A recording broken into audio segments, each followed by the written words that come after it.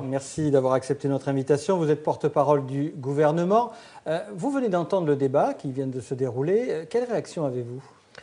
D'abord, un premier commentaire. On a trouvé autour de la table des professionnels parfaitement investis dans leur mission, très compétents, peut-être déplorant parfois des manques de moyens ou de synergie. Et je pense que c'est un enseignement à tirer aussi des échanges entre vos invités. Également au travers des témoignages à la fois de M. Fels et de M. Siazé, un peu plus largement le partage de la préoccupation, pas de dramatisation non plus, une vraie responsabilisation de ces différents acteurs et un appel à une action qui soit la plus collective possible. Alors justement, par rapport à cette action et à vos priorités, gouvernement, qu'est-ce que vous comptez mettre en place pour réinsérer et accompagner ces jeunes délinquants, jeunes mineurs, jeunes majeurs bien évidemment? Alors, vous l'avez dit tout à l'heure, il est très très important de traiter, ou en tout cas d'essayer de traiter la difficulté le plus en amont possible. En ce sens, c'est des mesures de prévention de la délinquance, ou en tout cas de détection de ces premiers moments où on sent des ruptures, des séquences éducatives classiques, quel que soit le milieu d'appartenance du jeune, doivent être soutenues. Je pense notamment, et vous l'avez dit tout à l'heure, à la prévention de la déscolarisation. Un de vos auditeurs a rappelé à juste titre que pour le moment, ces actions qui sont importantes sont concentrées sur le Grand Nouméa. Un souci d'ailleurs qui a été pris en charge par le gouvernement puisqu'il est envisagé aussi à Koné et dans les communes de La Foix, Moindou, Saraméa, La Foix, d'avoir aussi un autre éducateur qui puisse intervenir dans les collèges et dans les lycées. Et également, pourquoi pas, d'essayer de détecter aussi ces jeunes, et notamment les plus petits, en école primaire, où on sent parfois, alors bien sûr pas de délinquance encore nécessairement, mais une difficulté, un décrochage qui est susceptible d'aboutir à un isolement par rapport à la société. Et là, pour le coup, il y a un autre projet important que je voudrais signaler, qui est le service civique. Le service civique, il a été introduit dans le discours qui a permis au Congrès de préparer et de voter le projet éducatif. Et ce service civique, il a plusieurs vocations, mais une de ces vocations, c'est d'accompagner nos enfants dès qu'ils rentrent à l'école jusqu'à ce qu'ils en sortent. Et s'ils en sortent sans diplôme, sans formation, on sait que c'est aussi un terreau propice pour certains, bien sûr pas pour tout le monde, mais pour certains un peu de décrochage, voire carrément tomber dans la délinquance. Là, il est envisagé un dispositif nouveau qui consistera à dire si vous sortez de l'enseignement du secondaire entre 16 et 18 ans, vous devez pouvoir être pris en charge. On doit pouvoir vous offrir aussi une formation, puisque apparemment vous en êtes sorti sans diplôme et sans enseignement. Il faut que cette formation puisse vous servir pour éviter, même si vous avez pu avoir quelques difficultés, permettre de s'insérer et éviter de se décrocher. Une question de tweet d'un téléspectateur. Quelle réglementation sur les familles d'accueil?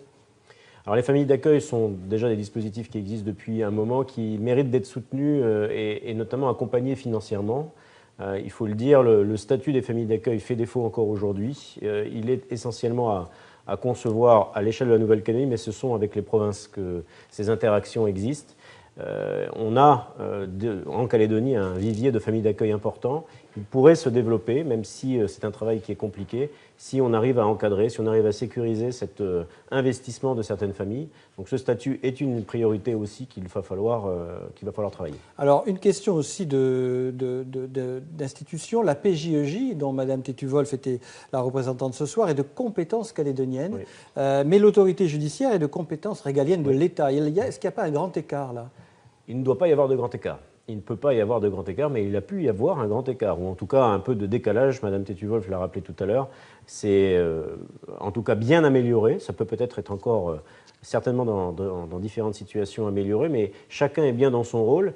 Et il faut espérer en tout cas qu'à la fois les services de l'État et les services de la Nouvelle-Calédonie puissent non seulement travailler ensemble, ça c'est évident, mais surtout travailler dans la réaction. Parce qu'il n'y a rien de pire qu'une sanction ou une sentence qui mettrait plusieurs mois, et on a eu des exemples malheureusement, et parfois plus d'une année, à être mise en place. Il n'y a aucune chance à ce moment-là que le mineur, en l'occurrence puisque c'est de la PJEJ, comprenne le lien entre l'action, le délit qu'il a commis, et la sentence. On parle justement d'institutions. On a une annonce qui a été faite par le ministre de l'Intérieur et relayée par la ministre des Outre-mer, Georges Paul-Langevin, pour renforcer les forces de l'ordre dans les territoires et les d'Outre-mer. Donc 433 policiers et gendarmes. J'ai envie de vous demander combien pour la Calédonie? Ça, c'est un chiffre pour l'instant qui n'est pas encore public. Il y a un renforcement globale, vous l'avez dit, et nous avons, au travers de nos représentants à l'Assemblée nationale et au travers du gouvernement, du président du gouvernement, à maintes reprises sollicité l'État, le Premier ministre, vous l'avez rappelé, la ministre des Outre-mer également, pour doter nos effectifs de manière complémentaire. Mais il n'y a pas encore de promesses chiffrées par rapport aux effectifs de police ou de gendarmerie de Nouvelle-Calédonie.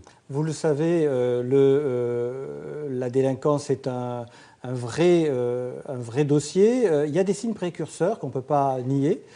Justement, là-dessus, est-ce que vous êtes assez réactif? Les sociologues, les gens de terrain disent que souvent, ça peine un petit peu à mettre en œuvre. Alors, probablement, je le disais tout à l'heure, les actions de détection à l'école, à l'enseignement, lorsque nos enfants sont à l'école, au collège et au lycée, cette détection que les services de la prévention de la déscolarisation peuvent justement corriger, sont des signaux qu'il faut en tout cas détecter un peu mieux, un peu plus vite et un peu plus tôt.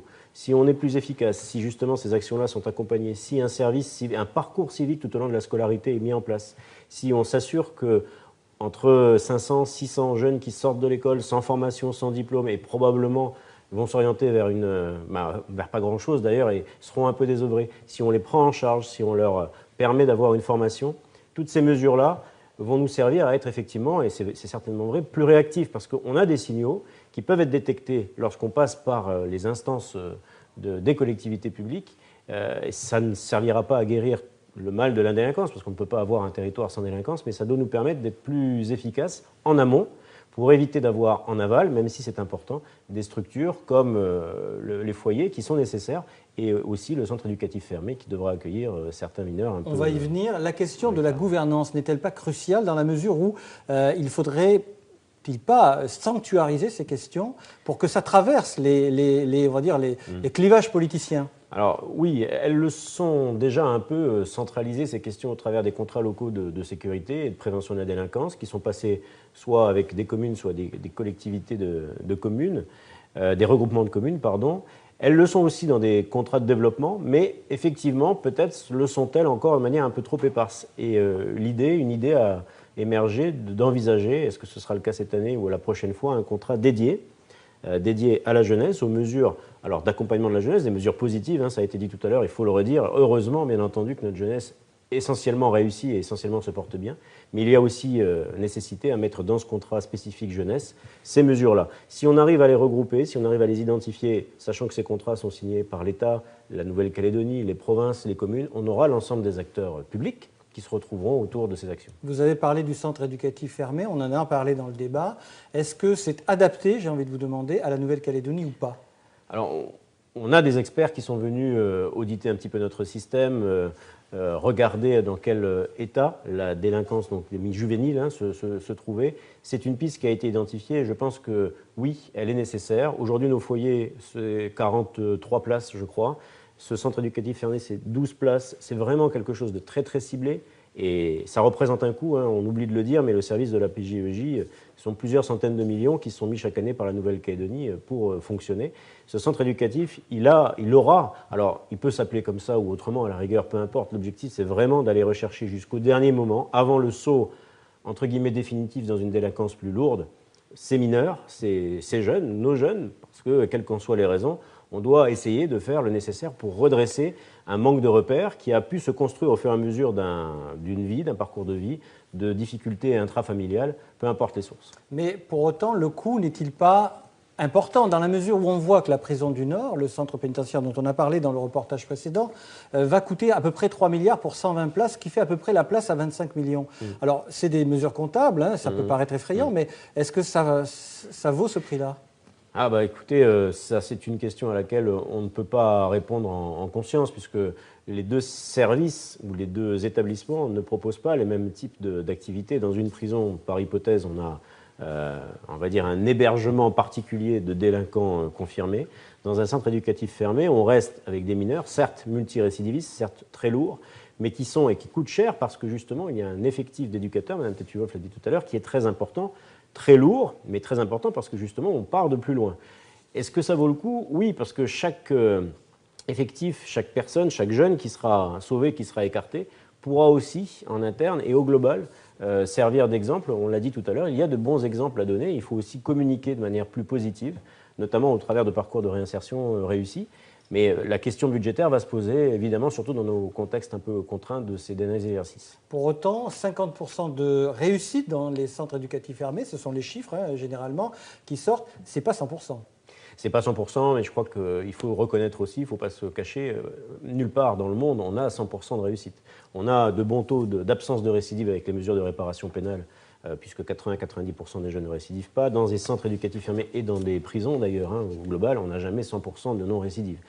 Il faut accepter ce ne sont pas ces échecs, c'est plutôt les 50% du verre à moitié plein qu'il faut regarder, parce que ça fait autant de jeunes, quasiment majeurs, qui seront sauvés. Et ça me permet de dire aussi, parce que ça fait partie des réflexions qui sont en cours, elles ont d'ailleurs été aussi identifiées par le Sénat coutumier, mais on a en Calédonie un service qui fonctionne très bien, dont tout le monde loue l'efficacité, c'est le SMA, le service militaire adapté. On sait que même s'il ne prend pas de mineurs, tous les majeurs qui passent par ce service obtiennent, peut-être tardivement, mais finissent par obtenir le cadre, les règles de vie et de comportement qui peuvent faire défaut par ailleurs. C'est aussi un service qu'il faudra soutenir, dont le développement est nécessaire. Il représente aussi un coût, mais on sait que son efficacité est totale. Et peut-être faudra-t-il aussi se reposer la question d'un ou de l'équivalent d'un service militaire obligatoire. Ça aussi fait partie des pistes qui sont aujourd'hui sur la table. Un tweet nous demande s'il ne faut pas revenir sur la politique des jeunes, cette fameuse ordonnance de 45. On peut édicter des lois de pays dans ce pays, qui est un pays en autonomie. Oui. Qu'est-ce que vous dites à cela ? En Calédonie comme ailleurs, de toute façon, aucun acte de délinquance n'est tolérable, quel que soit l'auteur de cet acte, que ce soit un mineur ou que ce soit un majeur. Bien sûr, il y a ensuite question de la gravité de cet acte, de la fréquence ou de la réitération de cet acte. Donc face à ça, on a un arsenal, et vous avez raison de le dire, qui est total. La Nouvelle-Calédonie peut prendre à peu près tout type de dispositions, sachant quand même assez vite qu'on rentre dans une compétence régalienne, que ce soit la compétence justice ou que ce soit aujourd'hui la prise en charge dans le service pénitentiaire. Mais on peut avoir cette réflexion, il faudrait qu'on l'ait, comme vous l'avez dit tout à l'heure, non pas de manière isolée, mais la plus complète possible. Parce que de toute façon, plus on va traiter tard un mal, un petit peu comme en matière de santé, moins on a de chances d'en guérir. On peut par contre essayer de vivre avec, mais plus on développera la prévention sur ce sujet comme ailleurs, plus on sera efficace. Donc tous les outils, d'ailleurs beaucoup d'outils existent, d'autres peuvent être pris, mais ce qu'il faut surtout, c'est voir quelle est son efficacité à ce nouvel outil dans le continuum que je viens d'indiquer. Vous avez parlé de ces structures communes qui essaient d'apporter des réponses à la réinsertion, à la délinquance, à la prévention. Les CLSPD en font partie. Oui. On a des maillons dans ce dispositif. Parfois, certains ne fonctionnent pas, dysfonctionnent. Est-ce qu'il ne faudrait pas un rôle moteur ? Par exemple, un élu, un maire, quelqu'un qui soit vous voyez ? C'est le cas, mais ça fait partie des difficultés qu'on rencontre en Calédonie de par la superposition des compétences. Parfois, très souvent d'ailleurs, elles sont concordantes, elles combinent leurs différentes forces, mais parfois elles sont un peu discordantes. Donc on peut avoir des situations, elles ne sont pas très nombreuses, où dans les CLSPD on a quelques échecs. En général, s'agissant des CLSPD, ce sont les communes, ce sont les maires qui sont moteurs, ou leurs services, parce qu'il faut aussi rappeler que les CCAS des différentes communes produisent aussi beaucoup d'actions dans ce domaine. Et on ne peut pas avoir la Nouvelle-Calédonie qui impose quelque chose, par exemple le gouvernement, à des collectivités, communes, provinces. On ne peut pas en avoir non plus des communes qui l'imposent à l'État et réciproquement. C'est nécessairement, vous l'avez dit tout à l'heure, la synergie de ces acteurs qui doivent se regrouper autour de contrats, CLSPD ou contrats de développement, qui va faire en sorte qu'on va développer les outils qui marchent, il y en a, ou en identifier de nouveaux. La valeur travail, c'est un Twitter qui nous le demande. Oui. Est-ce qu'il faut la réhabiliter dans ce pays où elle semble, hélas, battue en brèche ? Alors, non, parce que, oui, il faut la réhabiliter. C'est parfois un peu simpliste, mais bon, je vous livre la question. Je comprends la question, elle est juste. Il faut la réhabiliter pour ceux qui ne l'ont pas acquise au cours de leur parcours d'enfant, d'abord, parce que c'est dans la famille qu'on apprend ces valeurs, ou à l'école, et je le redis encore, ce parcours civique, avant d'arriver jusqu'au service civique. Et donc finalement, cette forme d'éducation civique à laquelle on revient, c'est aussi ça, c'est-à-dire rappeler l'importance des règles de vie, et rappeler l'importance du travail, parce que rien ne se fait dans notre société sans un travail, rappeler l'obligation donc de notre système éducatif à fournir justement la capacité de trouver un travail. Là, c'est l'amélioration du projet éducatif va en ce sens. Et oui, pour ceux qui ne l'ont pas, il est absolument nécessaire, vous l'avez dit tout à l'heure, en termes de réinsertion, c'est de ça dont il s'agit finalement, qu'on soit délinquant ou pas, si on veut s'insérer ou se réinsérer, se pose toujours la même question de savoir comment je fais pour travailler, avec quel type de diplôme ou de formation je peux me présenter sur le marché. Et là aussi, on a des efforts, mais bien au-delà des personnes que vous citez ce soir pour améliorer notre dispositif de formation à l'école, de formation originale, je dirais, et de formation professionnelle, pour être plus efficace et permettre à nos jeunes qui sortent avec, par exemple, au lycée, au baccalauréat, je rappelle qu'on a un taux de réussite qui est encore inférieur à celui de la métropole. Pourtant, nos jeunes ne sont pas plus bêtes qu'ailleurs, hein. Donc il est nécessaire d'avoir là aussi un regard objectif, c'est le cas, et d'améliorer notre dispositif pour être plus efficace. 54% des bacheliers sont d'origine européenne, 12,5% des Kanaks le sont et 14% des Wallisiens. Ce sont des chiffres de l'ISEE, hein, oui. S'agissant du baccalauréat et des résultats scolaires. Alors on arrive à cette émission au stade où nous répondons aux questions SMS, hashtag, enfin Twitter et Facebook. Donc on a 5 minutes pour répondre à plusieurs questions qui ont été posées. Les parents sont responsables de l'éducation des enfants. Peuvent-ils être sanctionnés au niveau des allocations familiales? Oui, tout à fait. Ils le sont d'ailleurs déjà, hein. Le dispositif des allocations familiales est suspendu quand votre enfant est placé dans un foyer, par exemple, hein, un des foyers dont Mme Tétu-Wolf a la responsabilité. Instantanément, ces allocations familiales sont coupées au bénéfice des familles, en l'occurrence. Donc oui, il existe déjà un dispositif de sanctions et de coupures. C'est normal. On peut aussi en reparler, mais... Ça donne des résultats ? Ah ben, ça donne des résultats, oui, parce que de toute façon, ça donne des résultats. En tout cas, il y a un effet immédiat financier dans les familles. Est-ce que ça produit un sursaut nécessaire et suffisant pour qu'on revienne? Je ne peux pas vous le dire, puisque ça dépend de chaque famille, de sa réactivité, de son degré aussi de difficulté, parce que vous l'avez dit tout à l'heure, hein, il y a des familles qui sont en réelle difficulté par rapport à leurs repères de parents depuis peut-être l'origine. Et là aussi, des actions d'accompagnement des familles sont nécessaires. Mais en tout cas, ça existe et on ne touche pas ces allocations familiales si son enfant a commis un délit qui le conduit à être placé en foyer. Les parents sont aussi redevables des frais aux victimes. Est-ce qu'ils le savent assez ? Alors, probablement non, là aussi, mais je pense qu'en matière de communication sur les droits et les obligations des parents, on a besoin d'être plus efficace. C'est un on très collectif, hein, ce que j'indique, puisque les communes, notamment, ont déjà entrepris un certain nombre d'actions au travers des CCAS et donc des familles pour se rapprocher d'elles, leur enseigner finalement leur rôle de parents et leurs obligations. Et leurs obligations, elles sont nombreuses, elles n'ont peut-être pas été suffisamment à la fois transmises et peut-être même enseignées à l'école. Un tweet nous dit que depuis que la loi qui interdit l'asticage, dont parlait M.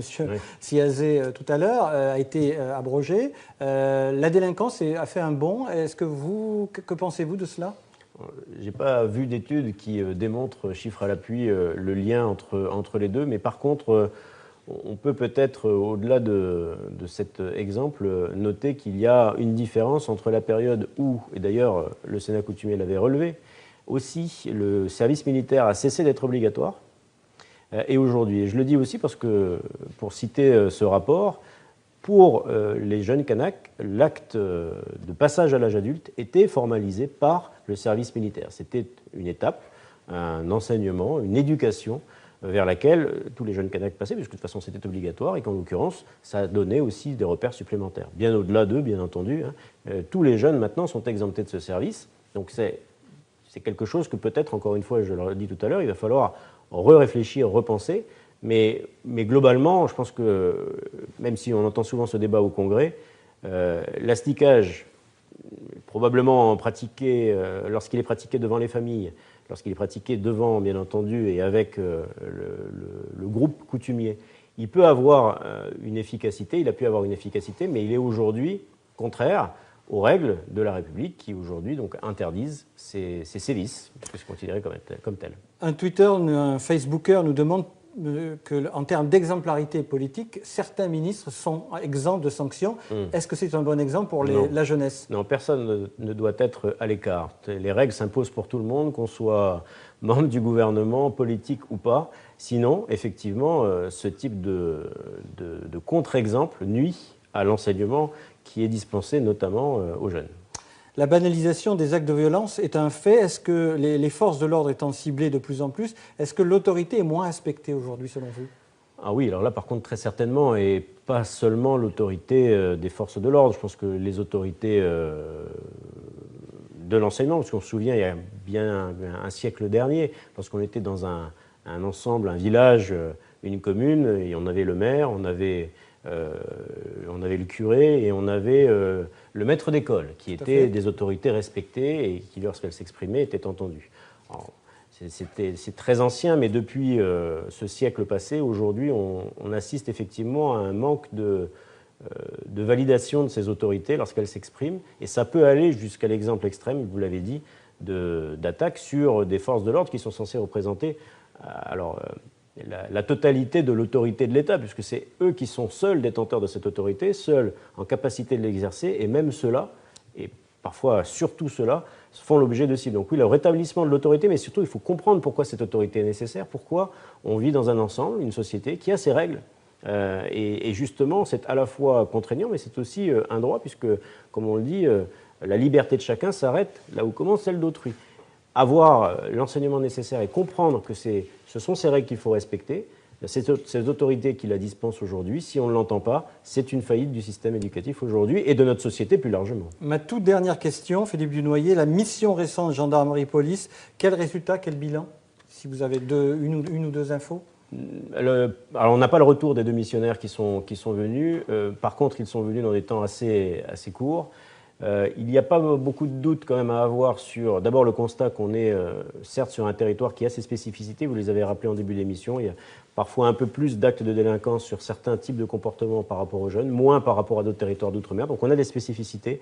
On a aussi des zones, une zone gendarmerie qui est très vaste et une zone police qui est centrée sur l'agglomération, avec des effectifs pour le coup sur des territoires beaucoup plus grands qui ont peut-être plus de difficultés à être en tout cas partout présents et efficaces et à notamment relayer cette autorité. Donc on espère de ce rapport d'abord un constat à partager. Vous l'avez dit tout à l'heure, on demande des renforts, on ne demande pas nécessairement des centaines de forces de l'ordre supplémentaires, mais des renforts qui devraient d'ailleurs nous aider aussi beaucoup à lutter contre l'insécurité routière qui fait des ravages en Calédonie.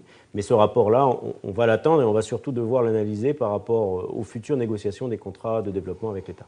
Merci Philippe Dunoyer pour avoir accepté ce question-réponse dans Sans détour. Restez avec nous. On s'excuse vis-à-vis de tous les Facebookers et les Twitter auxquels on n'a pas pu répondre.